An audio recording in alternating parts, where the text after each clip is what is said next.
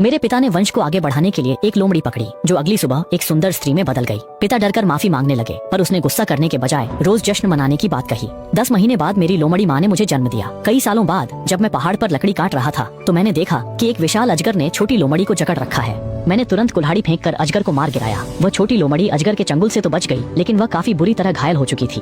मैं उसे उठाकर घर लाया और जड़ी बूटियों से उसका इलाज किया। कुछ ही दिनों में वह फिर से दौड़ने लगा। उसके बाद वह लोमड़ी वहीं रुक गई। मैं खुद अनाथ था और अपना पेट पालना मुश्किल था। कई बार उसे जंगल भेजने की सोची, पर वह हर रात मुंह में जंगली फल दबाए दरवाजे पर आ जाती। कभी कभी वो जंगली शिकार भी पकड़ लाती थी। तब मुझे समझ आया कि वो अपना पेट खुद भर सकती है और मुझे तसल्ली हुई। वो छोटी लोमड़ी मेरे 18 साल का होने तक हमेशा मेरे साथ रही।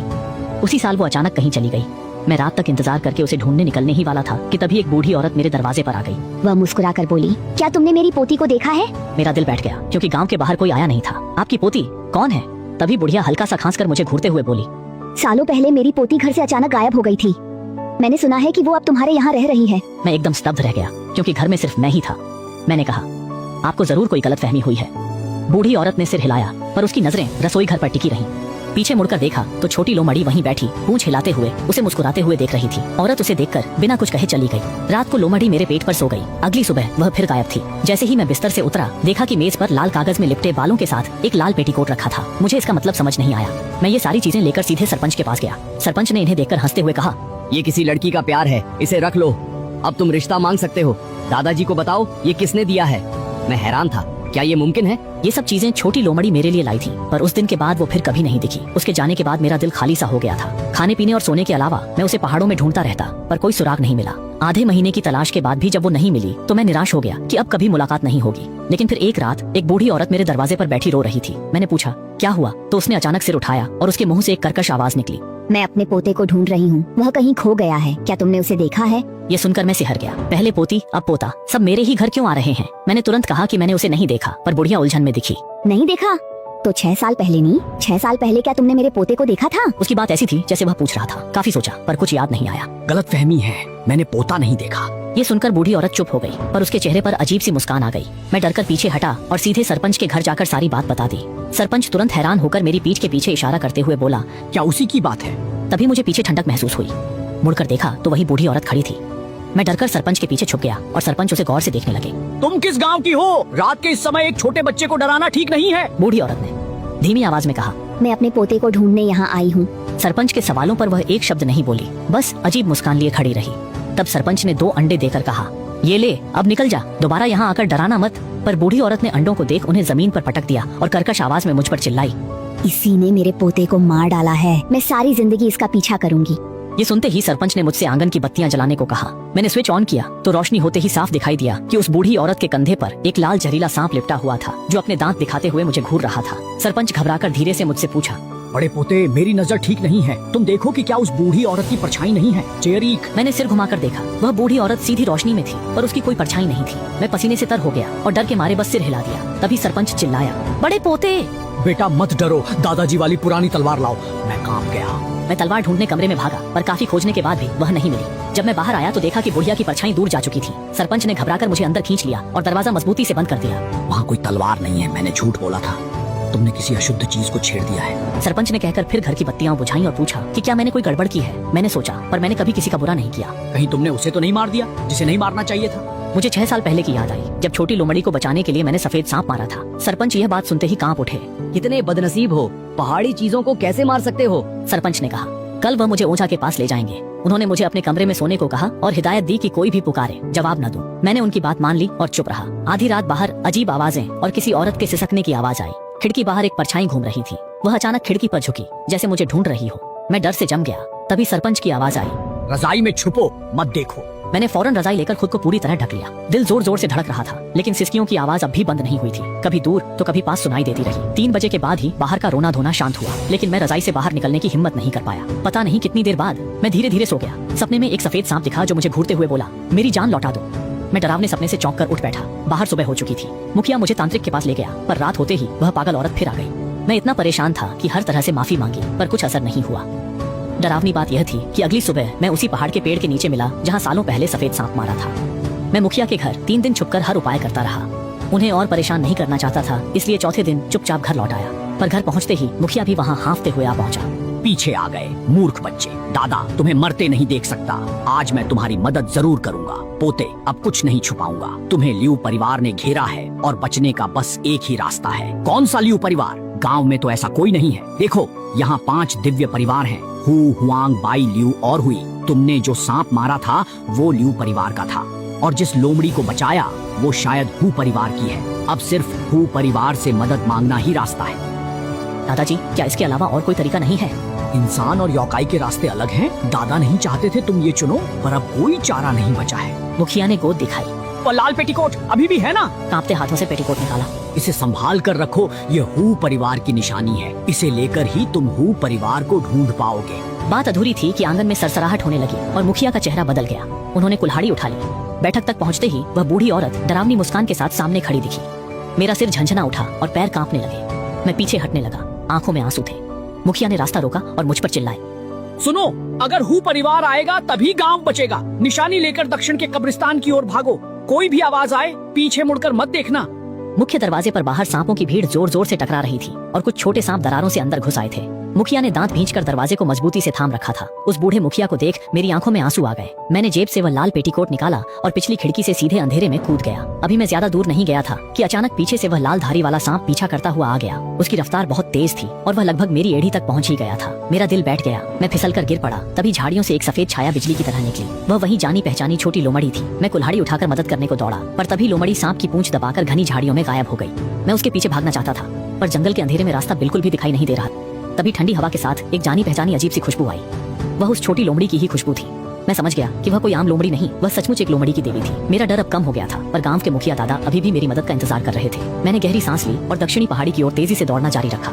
कानों में हवा सनसनाने लगी और लगा जैसे कोई पीछे है। मैं बिना मुड़े चांदनी के सहारे पागलों की तरह भागता रहा। यह गांव का वर्जित क्षेत्र है जहाँ कोई नहीं आता। जैसे जैसे मैं ऊपर चढ़ा, रास्ता और भी सुनसान हो गया। कब्रें थी। पोते, जरा धीरे चलो, दादा का इंतजार करो। पीछे से मुखिया की आवाज सुनकर मैं रुक गया। लगा दादा बच गए, पर तभी उनकी चेतावनी याद आई, चाहे कुछ भी हो पीछे मत मुड़ना। वह आवाज पास आती गई और मुझे अपनी गर्दन पर ठंडी सांसें महसूस होने लगी। मुड़कर देखो, दादा को देख लो ना। मैं पागलों की तरह भागते हुए एक सुनसान कब्रिस्तान जा पहुंचा। तभी अचानक चांदनी की रोशनी में मुझे कब्र पर बैठी एक सफेद आकृति दिखी, जो लकड़ी की टूटी कंघी से अपने जमीन तक लटकते लंबे बालों को बार बार संवार रही थी। भाई साहब, भाई देखो मेरे ये बाल कितने सुंदर है ना? मेरा पूरा शरीर सुन्न हो गया जब मुझे यह एहसास हुआ कि वह सामने की ओर बैठा है। उसने अपने चेहरे से बाल हटाकर एक भयानक सफेद चेहरा दिखाया। मैं डर के मारे सीधे जमीन पर बैठ गया। गोद से लाल कपड़ा और बाल बाहर आ गए।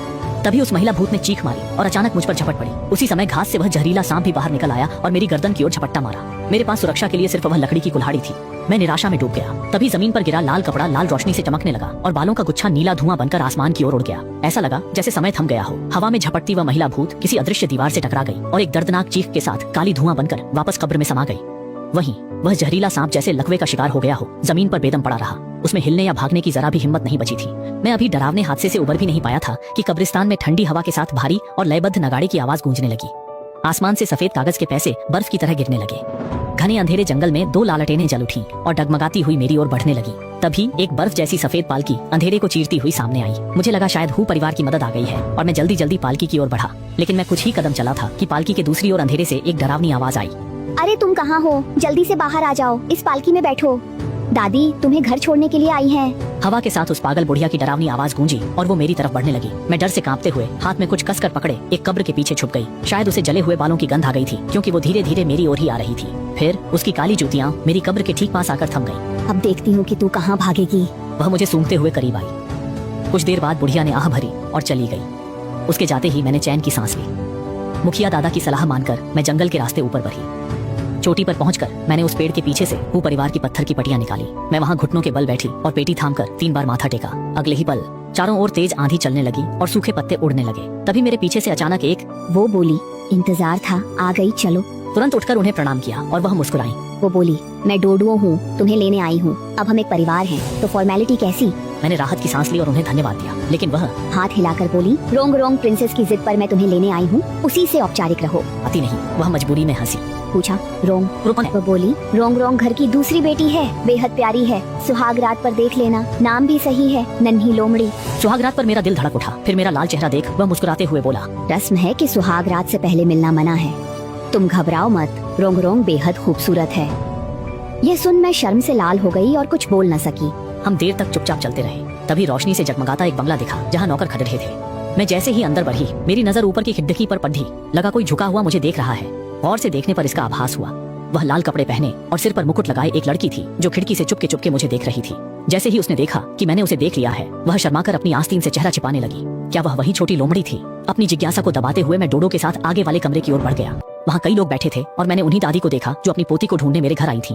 डोडो ने परिचय कराते हुए कहा, ये मेरी माता है। मैंने तुरंत उन्हें प्रणाम किया। वह मुस्कुराई, पर उनकी दयालु मुस्कान में एक अजीब सा रौब था। डोडो ने मुझे बाकी लोगों से भी मिलवाया और फिर दादी ने बोलना शुरू किया। डोडो, बाहर दरवाजे पर लियू परिवार पर नजर रखो, उन्हें अंदर मत आने देना। खाना लग गया है, सब अपनी जगह बैठ जाएं। कमरे में अकेले होते ही दादी का चेहरा गंभीर हुआ और वे बोली, बच्चे, मुझे सब पता है। शादी तक वह कभी भी बाधा डाल सकता है। तुमने मेरी बेटी को बचाया है, इसलिए हम मदद करेंगे, पर हमारा परिवार परंपरा नहीं तोड़ सकता। रस्म से पहले की जिम्मेदारी तुम्हारी है। डर से पैर कांप रहे थे पर हिम्मत कर सिर हिला दिया। मुखिया जी को बचाने के लिए मैं अपनी जान लगा दूंगा। वृद्धा का शरीर हल्का सा कांप उठा। फिर उन्होंने संतुष्ट होकर कहा, हूँ परिवार से जुड़ना असाधारण है, मुझे तुम पर भरोसा है। फिर बुढ़िया ने मुझे दूल्हे का जोड़ा पहनाया। बाहर निकलते ही मैं पालकी में बैठ गया। गली में कुछ दूर जाते ही अचानक बाहर से एक अजीब सवाल जैसी आवाज आई। शादी का जश्न। पालकी रुकी।